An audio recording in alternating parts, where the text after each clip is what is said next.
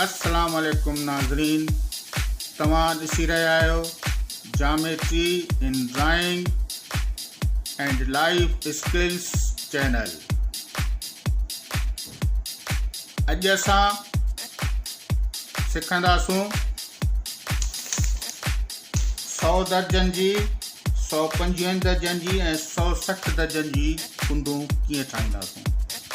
100, 125, 160 angles असां कीअं ठाहींदासूं। सभ खां पहिरीं असां हिकु सिधी लाइन कढंदासूं ए ऐं बी। हीअ असां हिकु सिधी लाइन कढीसीं। हाणे हिन ते असां हिकु राइट एंगल ठाहींदासूं कंपास जी मदद सां। हीअ असां कंपास खोले हिकु अधु गोल कढियोसीं। अधु गोल कढण खां पोइ असां हिन जॻह ते रखी हिकिड़ो हिते कट ॾिनोसीं।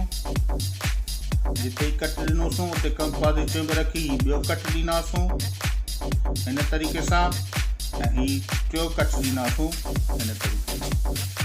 हीअ असांजो 60, 120, 180 त जा कट लॻी विया। असांखे पहिरीं 90 डिग्री जी एंगल ठाहिणी आहे, राइट एंगल।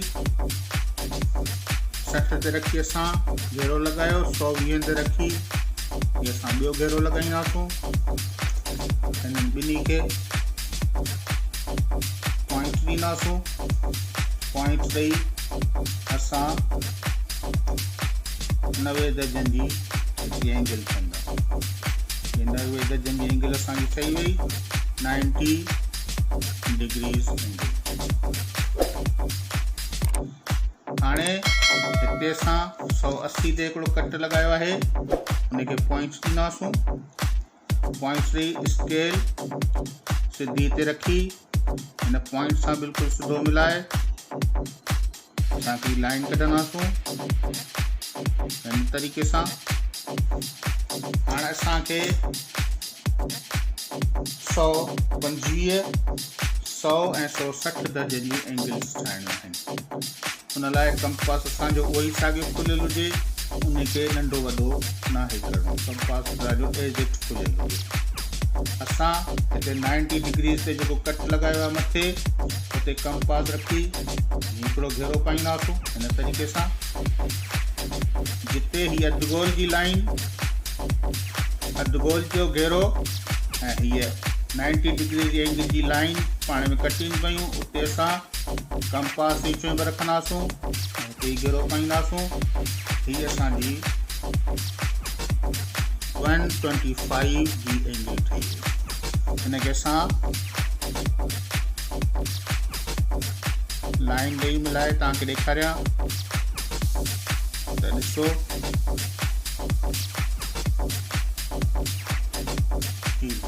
हीअ असांजी 20 डिग्री आहे, ही 25, 125 डिग्री।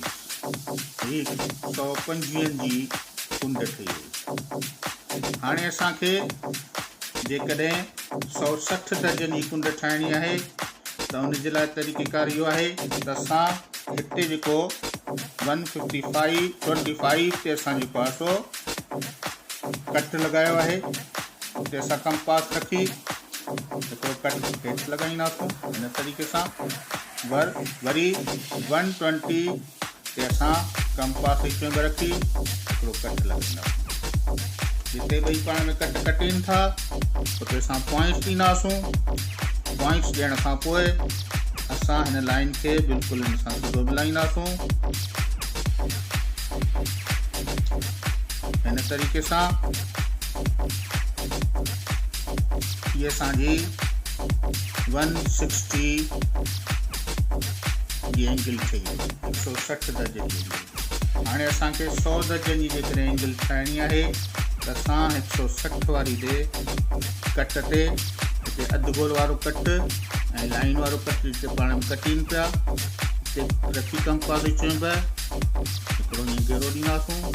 यादि रखंदा हिन में कंपास हिकु दफ़ो खोलण खां पोइ असां कंपास खे सोड़ो या वेकिरो न कंदासीं। जेकॾहिं कंपास असांजो सही न हूंदो, लूज़ हूंदो त उहो सोड़ो थी सघे थो, वेकिरो थी सघे थो। इन करे तस्वीर ठाहिण खां पहिरीं असां कंपास खे टाइट करे छॾींदासीं। हीअ असांजी आहे 100 डिग्री जी एंगल।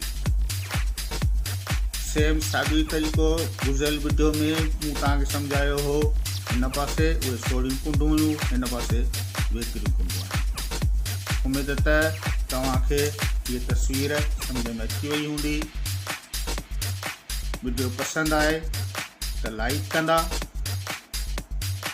शेयर कंदा ॿियनि दोस्तनि सां, ऐं कमेंट्स ज़रूरु पंहिंजा लिखंदा। चैनल सब्सक्राइब न कयो आहे तव्हां अञा ताईं, सब्सक्राइब कंदा ऐं बेल जे बटन खे बि ज़रूरु क्लिक कंदा त जीअं हर नई वीडियो तव्हां वटि फ़ौरन पहुची वञे। इन सां गॾु मूंखे इजाज़त ॾींदा। वीडियो ॾिसण लाइ तव्हांजी तमामु घणी महिरबानी। वरी मिलंदासूं नेक्स्ट वीडियो में कंहिं ॿी तस्वीर सां। तेसीं ताईं अल्लाह हाफ़िज़। पंहिंजो तमामु घणो ख़्यालु रखंदा।